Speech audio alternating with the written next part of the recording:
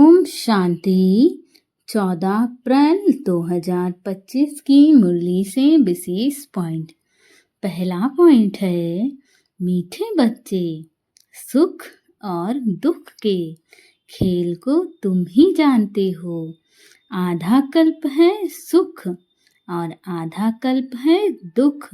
बाप दुख हरने सुख देने आते हैं। अर्थात जब सतयुग का प्रारंभ होता है और त्रेता युग तक कौन सा समय चलता है? सुख का समय चलता है। फिर द्वापर और कलयुग होते हैं दुख के समय, और उसमें भी घनघोर दुख होता है कलयुग में। और जब इतना ज़्यादा हाहाकार होता है, चारों तरफ दुख ही दुख होता है, तब निराकार परमात्मा संगम युग में आ करके अपने बच्चों को दुख से मुक्ति देने और साथ में जो इस संसार में इतनी अज्ञानता फैली है उसको दूर करने और सतयुग की पुनः स्थापना करने आते हैं। तो हम बच्चों को बाबा ने पहले ही बता रखा है कि आधा कल्प है सुख और आधा कल्प है दुख, और बाबा ही हम बच्चों से दुख हरने और सुख देने की पढ़ाई पढ़ाने आ रहे हैं और हमें सतयुग की स्थापना करवाने में योगदान दिलवाने आ रही हैं। इसीलिए हमें बहुत खुश होना चाहिए और बाबा का हर वक्त शुक्रिया बोलना चाहिए, क्योंकि एक बाबा ही हैं जो हम बच्चों को इतना सुंदर मौका दे रहे हैं कि हम अपना भविष्य उज्जवल बना सके। अगला पॉइंट है, बाप में जो गुण है वह स्वयं में भरने हैं। इम्तिहान के पहले पुरुषार्थ कर स्वयं को कंप्लीट पावन बनाना है। इसमें मियाँ मिट्ठू नहीं बनना है। अर्थात जैसे बाबा सुखों का सागर है, शांति प्रेम आनंद का सागर है, वही गुण और शक्तियाँ हमें स्वयं के अंदर भी भरनी है। इम्तिहान के पहले हमें अपने पुरुषार्थ को स्वयं कंप्लीट करना होगा। जब अंत समय हाहाकार होगा तो हम चाहे जितना कोशिश करें कुछ काम नहीं आएगा। जो हमने पुरुषार्थ से अपनी शक्तियों को इकट्ठा किया है, केवल काम वही आएंगे। तो जब अंत समय हो उससे पहले हमें अपना पुरुषार्थ तीव्र करके सभी जो बाबा ने हमें शक्तियाँ दी हैं उनका मालिक बनना होगा, ताकि जब अंत समय प्रकृति हलचल मचाए तो हम उस हलचल में ना आए और स्वयं को पावन आत्मा बना के इस शरीर को जब अंत समय आए और लगे कि अब इस शरीर को छोड़ना है तो हम सरलता से इस शरीर को छोड़ दें। और कभी भी मियाँ मिट्ठू नहीं बनना है, माना अपनी तारीफ स्वयं नहीं करना है कि हमने तो ऐसा किया, हम ज्ञान में बहुत तीव्र गति से आगे चल रहे हैं, मेरे जैसा कोई नहीं है, मैं ही सर्वश्रेष्ठ हूँ। ऐसा नहीं करना है, क्योंकि बाबा को ऐसे बच्चे नहीं पसंद आते हैं।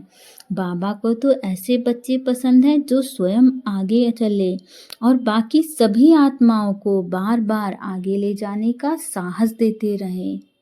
अगला पॉइंट है, स्वदर्शन चक्रधारी बनना और बनाना है। बाप और चक्र को याद करना है। बेहद बाप द्वारा बेहद की बातें सुनकर अपनी बुद्धि बेहद में रखनी है, हद में नहीं आना है। अर्थात हमें बार बार स्वदर्शन चक्र फिरा के चेक करना है कि हमने पूरे दिन में कोई गलती तो नहीं की, और अगर हो गई है तो अगली बार वो गलती नहीं करनी है। और बार बार स्वदर्शन चक्र फिरा के बाबा को याद करना है, हर घंटे अटेंशन रखना है कि हमने क्या बोला, कितना बोला, क्या उचित था या अनुचित था। इस बात की चेकिंग खुद करनी है।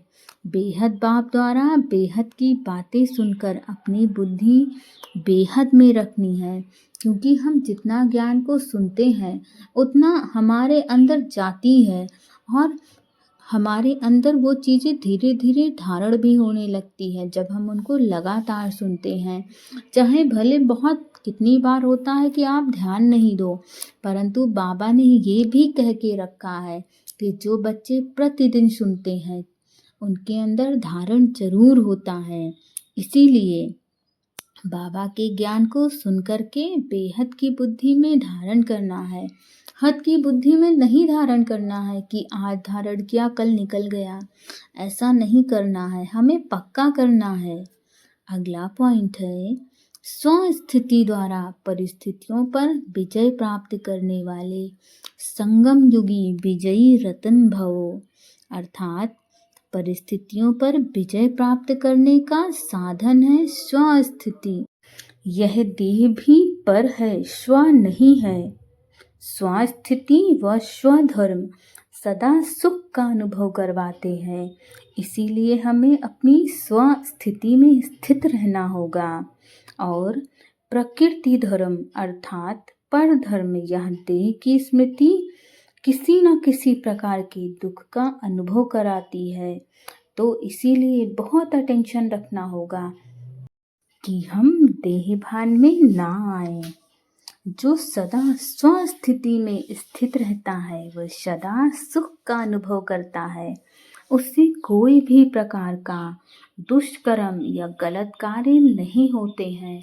वो अपने सभी कर्मों के स्वयं उत्तरदायी होते हैं। और उत्तरदायी भी इसलिए होते हैं क्योंकि उन्होंने संपूर्ण अटेंशन रखा था अपने ऊपर। इसीलिए उनसे कोई गलत कर्म होते ही नहीं हैं। हम वायुमंडल के प्रभाव में आके या अपने संग के प्रभाव में आके कभी ना कभी कुछ ना कुछ गलतियां कर देते हैं, परंतु वो गलतियां हमसे नहीं होंगी यदि हम अपनी स्वस्थिति में स्थित रहेंगे। और उनके पास जो आत्माएं सदा अपने स्वस्थिति में स्थित रहती हैं, उनके पास दुख की लहर भी नहीं आ सकती है।